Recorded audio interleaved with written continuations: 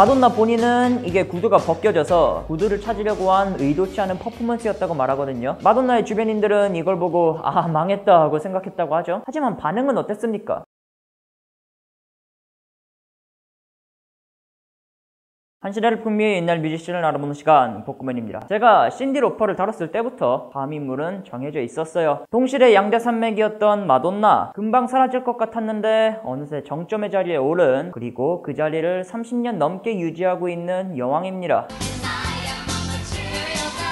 물질적인 여자, 부와 명예를 갈구했으며 그렇기에 철저하게 사람들의 관심을 먹고 살았어요. 하지만 제 생각엔 마돈나는 같은 종류의 다른 뮤지션과는 근본적으로 달랐거든요. 비웃음에 개길 수 있는 깡이 있었고 그거를 뒤집을 감각이 있었어요. 끝까지 투쟁한 끝에 결국엔 아예 세상을 자기 중심으로 바꿔버리는 데 성공했고요. 데뷔 전의 삶에서는 의외로 신디 로퍼와의 공통점도 제법 보이죠. 예를 들면은 둘 다 이탈리아 피가 섞였고 그런즉 가톨릭 집안에서 자라나서 보수적으로 자랐다는 그런 접점이 있어요. 둘 다 데뷔 전에 가진 고생을 한 걸로 유명하고 그런데 막상 가수가 된 이후의 삶은 완전히 달라서 좀 신기합니다. 저는 이 영상을 통해서 마돈나가 어떻게 여왕이 됐는지 그리고 어떻게 세상을 바꿔놨는지 좀 탐구해보고 싶은데 그 파격과 도발의 역사를 이 영상을 통해 한번 간략하게 짚어보도록 할게요. 자, 마돈나가 1958년 8월 16일생이에요. 근데 우리가 아직까지도 마돈나의 사진을 보면 별로 늙었다는 느낌을 못 받지 않습니까? 여전히 섹스 심벌다운 모습으로 콘서트를 하는데 딱 겉으로만 봐도 대단한 모습이잖아요. 이런 강인함의 배경에는 5살 때 겪은 어머니의 죽음이 있었다고 해요. 그 당시 어머니의 인종을 지켜봐야만 했던 그 고통이 자기를 엄청 강인하게 만들었다고 하죠. 이후 가수 생활을 하면서도 힘들 때마다 어머니를 생각했고 여기저기 어머니의 사진도 많이 있다는 그런 인터뷰를 한 바가 있어요. 그리고 어릴 때부터 동생들을 챙기면서 삶의 책임감을 보여버렸다고 하고 그때부터 마돈나는 조금 더 특별한 존재가 되고 싶었고 사랑을 받고 싶어 했던 거죠. 이런 모든 특성이 이후 마돈나의 어떤 그런 파란만장한 가수 생활을 어느 정도 설명해주는 그런 증거가 될 것 같아요. 자, 마돈나는 댄스 교습을 받으면서 본격적으로 춤에 눈을 뜨죠. 이때 마돈나에게 댄스를 가르쳐준 분이 바로 크리스토퍼 플린이라는 분인데 마돈나는 이분이 자기 인생 처음으로 만난 게이이자 자신의 발레 학교 선생님이었다라고 설명을 합니다. 덧붙여서 마돈나가 말하기를 그는 내가 특별하다고 독려해준 첫 번째 사람이었다. 이분이 마돈나에게 미친 영향이 아주 어마어마한데 마돈나를 게이클럽에 데려가면서 마돈나에게 이전에 느끼지 못한 자유와 즐거움, 행복을 선사했다고 해요. 이후 마돈나는 LGBT의 상징으로 거듭나지 않습니까? 마돈나는 댄스에 푹 빠지게 되고 치어리더 생활도 하면서 댄서라는 진로를 자신의 미래로 정하게 되는 거죠. 미시건 출신으로서 당연히 미시건 대학에 들어갔는데 이때도 이 크리스토퍼가 마돈나로 하여금 뉴욕으로 가라고 독려를 했대요. 큰 꿈을 이루려면 큰 물에서 놀아야 하지 않겠냐. 그래서 혈혈단신 뉴욕으로 떠나는데 마돈나는 뉴욕으로 온 지 얼마 안 돼서 성폭행을 당했고 심적으로도 너무나 외로웠다고 고백을 합니다. 하지만 버텨야 했어요. 왜냐하면 마돈나한테는 야망이 있었으니까. 마돈나는 맨 땅에 헤딩을 하기 시작하는데 정말로 크로스만 올라오면 일단 다이빙부터 하고 보는 거죠. 각종 알바는 기본이고 사진 모델도 했는데 돈만 주면 누드도 괜찮습니다. 그리고 받는 돈은 식비로 쓰게 되고 이때 식단도 요거트와 견과류가 조달했어요. 독해요. 정말 독한 사람인데 이때 주변으로부터 목소리가 좋다는 말을 듣고 노래도 해보기로 결심. 바로 이게 댄스 가수 마돈나의 시작이었다고 보시면 되죠. 이때 마돈나가 어떤 프로듀서한테 스카우트 돼서 프랑스로 건너가기도 하고 근데 자기랑 안 맞는 것 같아서 도망치기도 하고 그랬어요. 이런 썰을 보면 알 수 있듯이 마돈나의 성공은 굉장히 자기주도적이었다. 성공한 이후에도 자신과 안 맞는 것 같으면은 그 사람이 누구든 간에 과감하게 쳐내지 않았습니까? 훌륭한 실력과 그를 뒷받침하는 과감한 결단력이 있었던 거죠. 결국 마돈나는 자기가 직접 만든 데모 테이프로 사이어 레코드와 계약에 성공하면서 오랜 고생에 빛을 보게 돼요. 자, 맨 땅에 헤딩으로 읽어낸 데뷔잖아요. 이때 계속 헤딩하던 흔적은 훗날 마돈나를 올가매기도 하지만 마돈나는 이미 이 모든 거를 뚫고 달릴 준비가 되어 있습니다. 마돈나가 어떻게 달려가는지 한번 알아볼게요. 자신의 이름을 딴 데뷔 앨범 마돈나를 1983년에 발매하는데 이거는 춤추기 좋은 댄스 앨범이었고 딱 클럽에서 틀기 좋은 음악들이 주류가 된 앨범이었죠.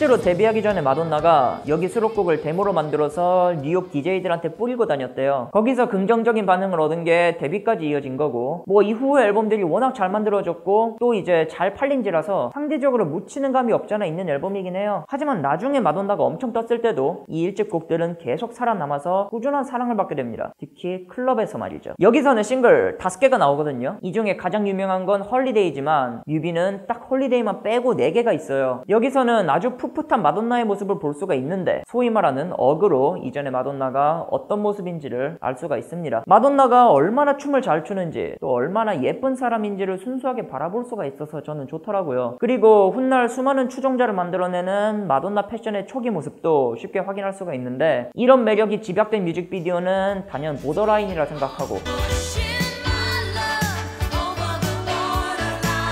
히스패닉 계열의 배우와 사랑 이야기를 찍어서 당시에 인종적 한계를 허물었다는 그런 평가도 받죠. 마돈나의 1집은 분명한 성공이었고 그렇게 그 위상도 더 이상 무명이 아니었어요. 그렇지만 사람들은 아무도 마돈나가 세계 최고가 될 거라는 생각을 하지 못했다는 거. 그 이유는 아까 제가 말씀드렸듯이 마돈나는 예쁘고 춤도 잘 췄다. 하지만 그 이상의 특별함은 없어 보였기 때문에 노래도 가벼웠고 그렇기에 한순간 스쳐 지나갈 인기 가수로 생각하는 사람들이 굉장히 많았다고 하더라고요. 자, 나는 예쁘고 춤도 잘 춥니다. 실제로 마돈나의 남성 편력은 역대급인데 1집을 만들 때에도 여러 방면으로 프로듀서인 남자친구의 도움을 많이 받았어요. 이후에 마돈나는 뭐 슈퍼스타랑 사귀는 건 당연하고 연하의 모델과 연애하기도 하고 수많은 연문서를 뿌리고 다니면서 자신이 이렇게 매력이 있다고 자랑을 하고 다니잖아요. 그러니까 생각을 한번 해볼게요. 마돈나의 그 예쁘다는 무기는 사실 너무나도 강력한 무기예요. 하지만 대중들은 그 매력을 숨기길 원합니다. 지나친 섹스 어필은 사람을 남사스럽고 가볍게 만든다는 거죠. 그래서 대부분의 가수들은 결국 가장 좋은 무기를 숨긴 채 또 다른 무기를 뽐내기를 요구받아요. 신인 때 마돈나를 바라보던 시선 또한 비슷했다고 생각합니다. 네가 예쁘고 섹시한데 그것 갖고 뭐 어쩔 거야 이거예요. 여자는 조심해야 되고 지켜야 될 선이라는 게 있었어요. 자, Like a Virgin이라는 곡이 바로 이때쯤 나오거든요. 이 곡을 만든 작곡가 둘은 이 노래를 불러줄 가수를 열심히 찾고 있었는데 그때 마침 마돈나가 눈에 들어옵니다. 마돈나는 이 노래가 나답지 않아서 매력을 느꼈다고 해요. 버진 아니잖아요. 하지만 마치 처음인 것처럼 당신을 향한 마음을 고백하는 순진해 보이면서도 발칙한 노래가 마돈나의 손안에 들어오고, 뭐 엄밀히 말하면 마돈나를 거쳐서 발칙한 노래가 됐다고 보는 게 맞겠지만은 어쨌든 마돈나는 자신의 무기를 아주 적극적으로 이용할 생각을 하는 거예요. 지켜야 할 선을 깨고 당시의 통념에 아주 정면으로 개길 생각을 합니다. 이 집이 나오기 직전 마돈나는 그의 처음으로 열린 MTV 뮤직 어워드에 참석하게 돼요. 거기서 처음으로 Like a Virgin을 선보이는데 아주 발칙한 웨딩드레스와 보이 토이 벨트를 장착하고, 그리고 마돈나의 퍼포먼스는 선을 넘어도 한참 넘어버리게 되는 거죠.